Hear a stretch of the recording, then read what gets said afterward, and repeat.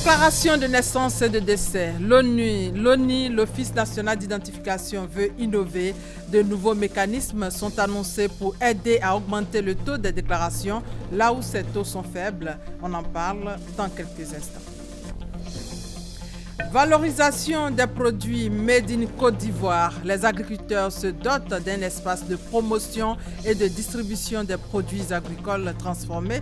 L'espace a été présenté officiellement aux acteurs du secteur à Yopougon. En République démocratique du Congo, l'opposition boycotte les travaux préparatoires au dialogue. Le bras de fer continue donc entre l'opposition et le facilitateur de l'Union africaine, Edem Kodio. Bonjour à tous. Le nouvel inspecteur général des armées est en tournée pour présenter sa feuille de route. Il a été installé le 26 juillet dernier. Il a échangé avec le chef d'état-major général des FRC et le commandant supérieur de la gendarmerie nationale. Le général de brigade Deto Leto Firmin envisage de créer un poste de médiation des armées, nous dit Abou Sanogo. Accompagné de ses plus proches collaborateurs, l'inspecteur général des armées, le général de brigade Detelote Firmin, est arrivé à l'état-major général des forces républicaines de Côte d'Ivoire, où il a été reçu par le général de corps d'armée, Soumaïla Bakayoko, chef d'état-major général des forces républicaines de Côte d'Ivoire. Firmin Deteloto, à cette occasion, lui a exprimé sa reconnaissance et sa gratitude pour sa nomination à ce poste qui marque l'aboutissement d'une carrière pleine. Puis lui a présenté sa feuille de route. Dans sa nouvelle dynamique, l'inspection générale des armées envisage la création d'un poste de médiateur des armées. Et ce médiateur sera directement rattaché à l'inspection générale des armées. Pour sa part, le chef d'état-major général des forces républicaines de Côte d'Ivoire n'a pas tari de félicitations devant cette feuille de route qui, à n'en point douter, révalorisera l'inspection générale des armées. Au commandement supérieur de la gendarmerie nationale, le général de corps d'armée, commandant supérieur de la gendarmerie nationale, Gervais Kouassi, a assuré l'inspection générale des armées de tout son soutien dans cet élan nouveau qu'elle veut insuffler à l'armée ivoirienne. L'inspection générale des armées, en tant que conseillère permanente du ministre de la Défense, a la charge d'étudier, d'informer et d'inspecter auprès des unités en matière de doctrine générale d'emploi et d'organisation des armées. C'est un constat. À Abidjan, dans certaines cours, il n'existe pas de fosse septique. C'est donc difficile pour les riverains. Les rues sont toujours sales à cause des eaux usées. Éric Goré a fait un tour à Yopougon et Koumassi. Regardez. Les rues de certaines communes de la ville d'Abidjan sont occupées par les eaux usées. Cette situation inconfortable est très souvent causée par les caniveaux remplis de déchets solides ou encore par le manque de fosses septiques dans les habitations. Alors que la fosse septique est utile, elle permet de recevoir les eaux usées issues des domiciles. Elle est donc indispensable dans le maintien sain du cadre de vie. Malheureusement, certains propriétaires de maisons négligent ces fosses. Ici, nous sommes à Yopougon-Ouassakara. Dans ce quartier, plus de 300 habitations qui ne possèdent pas de fosse septique se sont connectées à des regards de fortune installés par un particulier. Ces regards sont connectés au canaux d'évacuation de la Sodeci de manière frauduleuse. Cette installation précaire cède chaque 2 jours par le poids des eaux usées. Et c'est la catastrophe.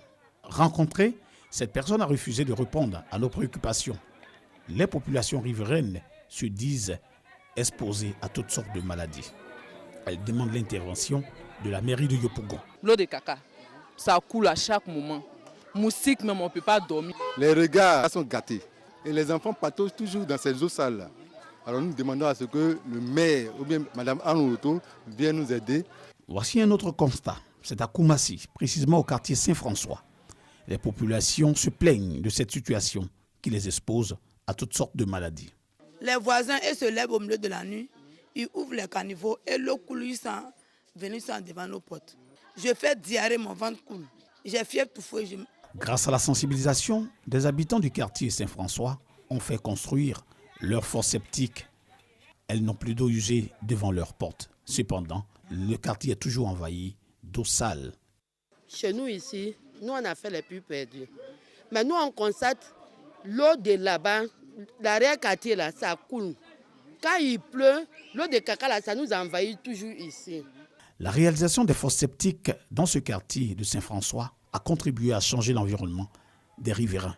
Cet espace qui sert aujourd'hui de terrain de foot était impraticable et présentait un visage insoutenable il y a quelques mois. Le quartier était inondé d'eau usée. Ça ne pouvait pas nous donner l'occasion de pouvoir pratiquer notre sport favori qui est le football. Les responsables techniques de la mairie de Yopougon et de Koumassi ont des avis différents concernant l'absence des fosses septiques et les connexions anarchiques aux canaux d'évacuation de la SODECI. Nous sommes conscients de ce qu'il y a ces réseaux parallèles. Nous sommes en face aussi de d'autres personnes qui sont en danger. Lorsque vous fermez un tuyau, c'est quelqu'un qui doit aller aux toilettes immédiatement et qui se rend compte qu'à la limite, on vient de fermer un tuyau et que lui ne peut pas aller aux toilettes. Qu'est-ce que vous voulez qu'on fasse? Ces raccordements anarchiques, ces tuyaux parallèles qu'on installe sur le réseau, anormalement, on doit détruire ces tuyaux d'abord, les supprimer, arrêter leur débouchement et puis remonter à la cour en question, donner des mises en demeure pour que simplement une fosse septique soit faite. Il ne suffit pas d'avoir une fosse septique, mais il faut aussi faire sa vidange lorsque le volume de boue atteint 50% du total de la fosse. À Mans, c'est plutôt des quartiers qui sont inondés. En fait, la rivière Caux est sortie brusquement de son lit. Pas de perte en vie humaine, mais les dégâts matériels sont importants. Des inondations sont signalées aussi dans le village de Biakale, situé à 21 km de Mans. Herve Boué, reportage. À peine une demi-heure aura suffi pour que des familles se retrouvent sans logis. Le samedi 20 août à Mans, dans l'après-midi, la rivière Caux a débordé de son lit de façon brusque et inattendue. Des maisons entières sont envahies par les eaux dans les quartiers de Libreville, de Blocos et de Djoulaboukou. L'eau est venue net. Quand on a vu l'autre net, moi je dis, ah, l'eau là même ça vient de où? C'est tellement étonnant. Ça va être de 15 heures. On a vu vraiment que l'eau a débordé. Moi, c'est un miracle pour nous. Un vrai miracle que cela se soit produit en pleine journée. Pas de pertes en vie humaine, mais d'importants dégâts matériels. Les autorités de la ville, en visite sur les sites sinistrés, invitent les habitants de ces zones à risque à quitter immédiatement les lieux. Nous ne voulons pas de la résistance. Nous remarquons que certains sont là, ils ne veulent pas partir de leur maison. Mais la vitesse avec laquelle l'eau est arrivée, nous ne maîtrisons pas pour le moment ce qui s'est passé exactement. Donc il est mieux que les gens quittent. Situation similaire vécue également ce week-end à Biakale, un village de la sous-préfecture de Gbangbe-Guneyati, dans le département de Mans. La rivière Keigbe, après de fortes pluies, a enregistré une grosse montée des eaux et a envahi des habitations riveraines. Des maisons entières écroulées avec tout leur contenu. 40 familles se retrouvent sans logis et demandent de l'aide. Nous, la main de Dieu, c'était vraiment, on a frôlé la catastrophe. Je suis en train de pleurer au nom de la population. Tout ce monde, toutes ces familles qui sont déplacées, par ce temps-là, où ils vont habiter. En entendant une réaction positive, c'est le lieu d'exhorter une fois de plus les différentes populations à quitter les zones à risque situées près des cours d'eau, car la grande saison des pluies est à peine entamée. Et comme annoncé dans les titres, l'Office national d'identification va innover dans les déclarations de naissance et de décès. De nouveaux mécanismes sont annoncés. Ils vont aider à augmenter le taux, notamment des déclarations de naissance, là où ces taux sont faibles. Le directeur général de l'ONI entreprend une tournée d'information dans différentes régions, les étapes de l'Anawa, de San Pedro et du Boclé, 3 régions qui connaissent un faible taux de déclaration de naissance avec Hervé Blé. L'Anawa, San Pedro et le Boclé sont les régions choisies par l'Office national d'identification pour expérimenter les nouveaux mécanismes de déclaration des naissances et des décès. Toutes 3 ont en effet le taux le plus faible de déclaration de naissance en Côte d'Ivoire. Dans ces régions, l'ONI compte avec son projet pilote changer les habitudes des populations et atteindre 95% de déclarations faites dans les délais. Il y a des points de collecte communautaires qui seront créés dans chaque village et des points de collecte au niveau médical dans les centres de santé qui vont collecter les informations sur les naissances et les décès et qui vont les transmettre au bureau d'état civil. Et à partir du bureau d'état civil, l'information est diffusée dans les sous-préfectures, dans les mairies, mais en même temps, l'information est relayée automatiquement au niveau du site central qui se trouve à l'ONU. Le projet est conduit par l'ONU en partenariat avec l'UNICEF. Il devra aboutir à la mise en place d'un registre national des personnes physiques. Nous sommes à un tournant décisif, à un test qui pourra permettre d'apprécier ce que c'est qu'un registre national des personnes physiques assorti d'un numéro unique. Pour réussir son pari, l'ONU a choisi de s'appuyer sur les autorités préfectorales, sanitaires, judiciaires et traditionnelles. Après l'Anawa, San Pedro et Loboclé, d'autres missions de formation et de sensibilisation sur les nouveaux mécanismes de déclaration des faits d'actes de naissance sont prévus par l'ONU pour une meilleure exécution de son projet. Dans le domaine de l'enseignement supérieur, vous le savez depuis hier, les épreuves écrites du brevet de technicien supérieur BTS ont débuté donc hier. Cette année, des innovations concernent l'anonymat par l'introduction du code barre et l'identification biométrique des candidats. Aujourd'hui, deuxième jour, l'étape de Dimbokro avec Massokone et Honorine Aingori. 90, c'est le nombre de candidats au brevet de technicien supérieur dans la ville de Dimbokro. À l'instar des autres candidats en Côte d'Ivoire, ils ont aussi entamé l'examen du BTS session 2016 hier lundi. Mines, géologie et pétrole, tourisme et hôtellerie, ressources humaines et communication sont quelques-unes des 8 filières dans lesquelles les étudiants composent. Le sujet était un peu facile, plus compréhensible. J'ai trouvé les épreuves de technique d'expression française abordables. Le lancement des épreuves s'est fait par la vice-présidente du jury, Virginie Assouman-Kwame, qui a annoncé l'absence d'un seul candidat ce premier jour de composition. Ce matin, je les ai entretenus avant qu'on commence, qu'ils soient sereins, qu'ils se mettent dans les conditions de l'examen, ils savent pourquoi ils sont là. L'effort est au bout. Le fondateur de l'Institut, ayant accueilli ces 90 candidats de la ville de Dimbokro, a exhorté ces derniers à bannir la tricherie pour de meilleurs résultats. Rappelons que la direction de l'orientation et des examens a introduit plusieurs innovations cette année, dont l'anonymat des copies et l'identification biométrique. Les résultats du BTS session 2016 sont prévus pour le 28 septembre prochain.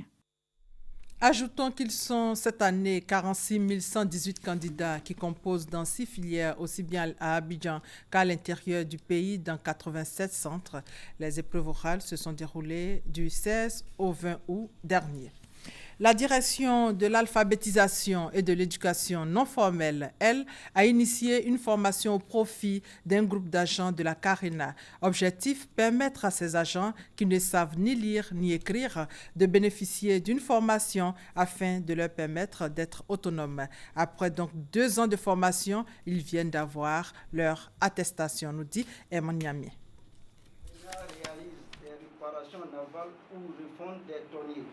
Il y a quelques années, ces employés de la Carena ne savaient ni lire, ni écrire, encore moins calculer. Après avoir suivi des cours d'alphabétisation de niveau 1 et 2, ils sont aujourd'hui autonomes. Plus besoin donc d'une tierce personne pour lire leur courrier et aussi les aider à remplir un quelconque document administratif et bien d'autres choses. Après 2 ans d'intense formation, ils viennent de recevoir leur parchemin. Ça a apporté un plus dans ma vie et je suis très heureuse. Je travaille bien. Ça a permis que j'avance dans mon travail. Ça m'a beaucoup aidé. Aujourd'hui, je vois beaucoup de choses moi-même et je vois que c'est très important. Les initiateurs du projet soulignent que cette formation a été demandée après un constat au sein de l'entreprise. Les instructions de travail, les instructions de sécurité sont faites notamment et beaucoup par des panneaux d'affichage qui est indispensable de pouvoir lire et comprendre. Et le constat que nous avions fait, c'était que une grande partie du personnel avait quelques difficultés en termes d'alphabétisation, en termes de consultation des messages. La directrice de l'alphabétisation et de l'éducation non formelle se réjouit de cette initiative. Elle encourage également les personnes qui sont dans le besoin à emboîter le pas aux agents de la Carena. Toutes les entreprises ici en Côte d'Ivoire qui ont en leur sein du personnel qui ne sait ni lire ni écrire, d'approcher le ministère de l'Éducation nationale qui a le lead de l'alphabétisation à travers la direction de l'alphabétisation afin de pouvoir outiller ces agents-là pour leur propre épanouissement, mais surtout pour améliorer leur rendement au sein de l'entreprise. Pour cette formation, ils sont une vingtaine d'employés de cette entreprise de réparation navale qui y ont pris part. On s'intéresse maintenant donc au congrès constitutif de l'Union africaine des ONG de développement à Yamoussoukro. 168 organisations non gouvernementales africaines ont participé à ce congrès pour la mise en place de cet outil d'encadrement et de mutualisation des actions de développement des pays africains. L'Ivoirien Satigui Koné a été élu président de cette organisation pour un mandat de 5 ans. Doigt de laser. Souvent confrontées à des difficultés dans leur fonctionnement, les organisations non gouvernementales africaines n'ont presque pas de recours pour le financement et le montage des projets de développement communautaires. Pour trouver une solution à ce problème, une fêtière africaine des organisations de développement est mise sur pied. Elle est dénommée Union africaine des ONG de développement, UAOD. 168 organisations de la société civile d'Afrique et de la diaspora ont tenu le premier congrès de cette fêtière les 18 et 19 août dernier à Yamoussoukro. L'Ivoirien Satigui Koné a été élu président pour un mandat de 5 ans. Après une intervention d'un partenaire économique qui nous a dit « Vous en Afrique, vous avez un problème. Lorsqu'une ONG a un financement de 100 millions ou 200 millions, elle est tellement heureuse qu'elle s'enferme et ne veut plus parler aux autres. Alors qu'en fait, il y a peut-être 200 milliards que vous auriez pu avoir si vous étiez ensemble. Les ONG de développement de l'Union européenne ont déjà créé ce qu'on appelle les ONG de développement et d'aide humanitaire de l'Union européenne. L'Afrique donc doit se retrouver. 6 vice-présidents ont été également nommés à l'issue de ce congrès. Durant les 5 années à venir, ils auront pour mission d'encadrer les organisations de la société civile, de mutualiser les actions de développement sur le continent africain et de servir d'interlocuteurs entre les dirigeants des pays d'Afrique et les partenaires au développement. L'Alliance africaine du cajou, qui est une association d'entreprises africaines, veut promouvoir l'industrie africaine et internationale du cajou. Pour ce faire, elle a organisé en collaboration avec le ministère de l'Industrie et des Mines un atelier de formation sur le commerce international pour la transformation locale de cajou. Perpétuellement et Justine Sey, Djiké. La Côte d'Ivoire est le premier producteur mondial de noix de cajou avec 700 000 tonnes, devançant ainsi l'Inde. Mais seulement 45 000 tonnes de cette production sont transformées. Pour aider les entreprises exerçant dans le secteur du cajou, un atelier de formation sur le commerce international pour la transformation de la noix de cajou est initié par l'Alliance africaine du cajou. Our duty as an industry alliance. C'est important que les transformateurs du secteur cajou arrivent à transformer toute leur production ici en Afrique. L'objectif de l'Alliance africaine du cajou, ce serait d'arriver au moins à la transformation à 50% de toute cette production-là. Donc, pour que ça génère des emplois. Le ministère de l'Industrie et des Mines veut accompagner ce projet avec son programme de développement et de transformation de l'ANACAD. Pour arriver à augmenter la structure de transformation, à travers le programme de développement de la transformation, nous apportons des appuis, ce qu'on appelle des appuis directs, aux transformateurs, en ce qui concerne les aspects technologiques pour améliorer la technologie qu'ils utilisent, parce que ce sont des facteurs qui jouent sur la compétitivité de ces entreprises. Donc nous apportons des appuis directs en termes d'information sur le plan technologique, des appuis directs sur la qualité des produits, des appuis directs en matière de commercialisation. Comprendre les opérations de commerce international, se familiariser avec les différents mécanismes et maîtriser les étapes d'acheminement des marchandises aux clients restent les buts de cet atelier. L'Alliance africaine du cajou compte 130 entreprises œuvrant à l'émergence d'une industrie du cajou. Deuxième titre de ce journal à 13h20. Les agriculteurs de Côte d'Ivoire veulent promouvoir davantage les produits finis Made in Côte d'Ivoire. Ils viennent donc de se doter d'un espace de promotion et de distribution des produits agricoles transformés dans la commune de Yopougon. Emma Niamien. La boutique paysanne de Yopougon, cet espace est l'œuvre des agriculteurs exerçant dans de petites et moyennes industries et sociétés coopératives qui font la transformation des produits agricoles ivoiriens. À travers cet espace, ils veulent promouvoir davantage les produits agricoles transformés en Côte d'Ivoire. On y trouve un peu de tout. De la tiéké, des saucisses de soja, des chips de bananes plantain, de la semoule de mil appelée déguet et bien d'autres produits. Vous logez vos pas dans les pas de son Excellence Alassane Ouattara qui veut que l'agriculture soit la locomotive de l'émergence à l'horizon 2020. À travers cette boutique, selon les promoteurs, les produits transformés du terroir seront connus des consommateurs.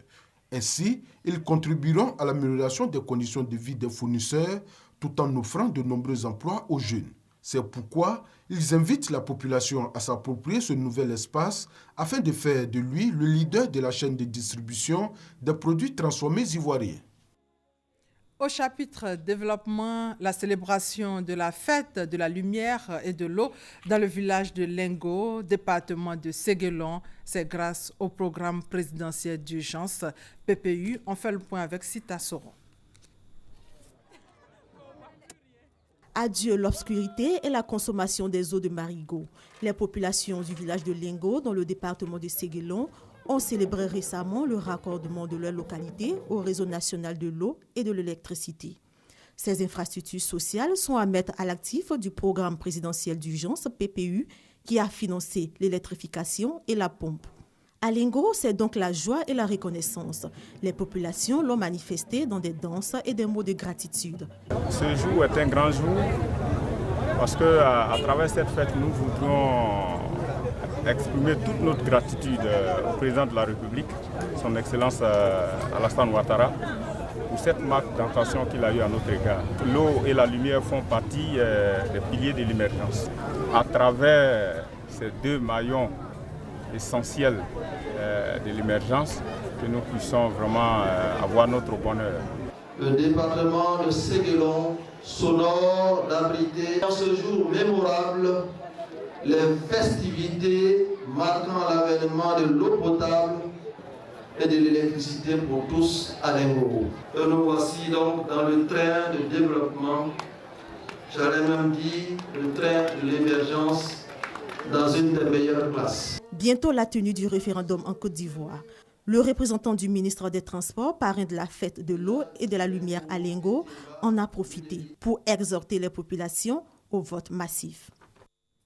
Forte mobilisation à Boisflé des Yaoulé. C'était à l'occasion de l'investiture de la Fédération des mutuelles de développement du Yaoulé.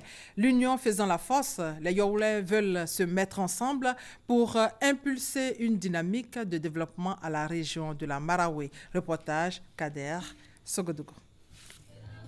Le Yaoulé, groupe ethnique de la région de la Marawi.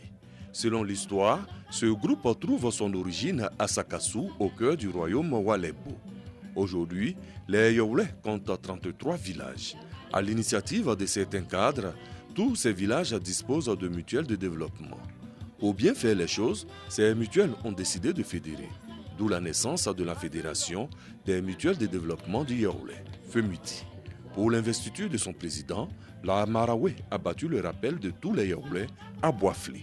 Le président investi entend œuvrer dans l'Union pour le développement du pays Yaoulé. Le plus important, c'est créer d'abord la cohésion, l'unité et la solidarité autour de la fédération.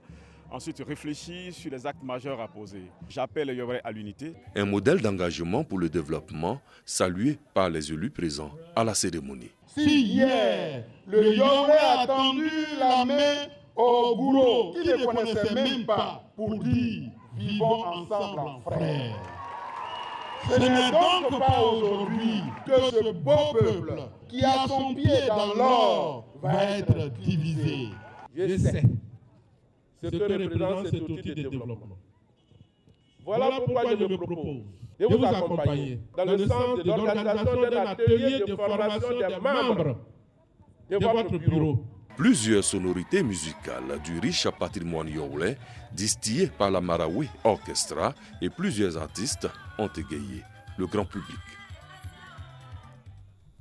Ici à Abidjan, les férus du reggae se sont retrouvés durant 2 jours à la place Figayo de Yopougon pour la première édition de Yop Reggae Festival. Le thème de cette première édition met l'accent sur le travail des enfants dans le secteur du transport. Franck Quadio. Yopougon doit vibrer au rythme du reggae, le vœu caressé depuis quelques années, désormais réalisé. La scène de la place Figayo parée de rouge, de jaune et de vert pour la première édition de Yop Reggae Festival. Je dis que notre pays est le 3e pays producteur de reggae et aussi des consommateurs de reggae.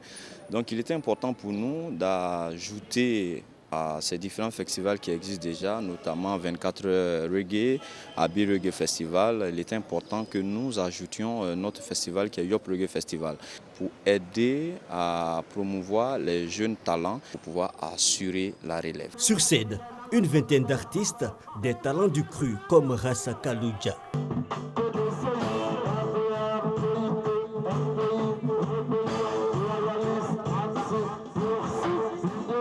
Du chant à l'humour, un pas de franchi. Adama Daiko aimant bien s'inspirer de la base rythmique du reggae.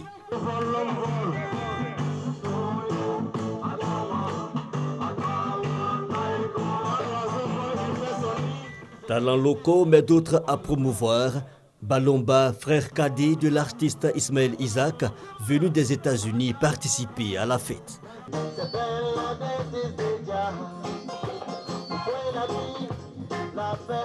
2 jours, 19 et 20 août, pour célébrer le reggae à Yopougon. Rappelons-le, la première édition de Yop Reggae Festival avait pour thème le travail des enfants dans le secteur du transport. En République démocratique du Congo, le bras de fer continue entre l'opposition et le facilitateur de l'Union africaine, Edem Kodjo, désigné pour décrisper le climat politique en RDC alors qu'une élection présidentielle doit se tenir à la fin de l'année. Le facilitateur a choisi de démarrer ce mardi 23 août des travaux préparatoires à un dialogue entre majorité et opposition. Il estime qu'avec la dernière libération de prisonniers, le gouvernement a créé des conditions favorables. Ce n'est pas l'avis du rassemblement de l'opposition qui a choisi de boycotter ces travaux. L'opposition a appelé à la tenue d'une grève générale ce mardi. La Turquie bombarde des positions du groupe État islamique dans le nord de la Syrie. La Turquie a intensifié ses bombardements donc très tôt ce matin. Dans son viseur, l'organisation État islamique, mais aussi et surtout des positions de milices kurdes qu'Ankara soupçonne de vouloir créer une entité kurde à sa frontière.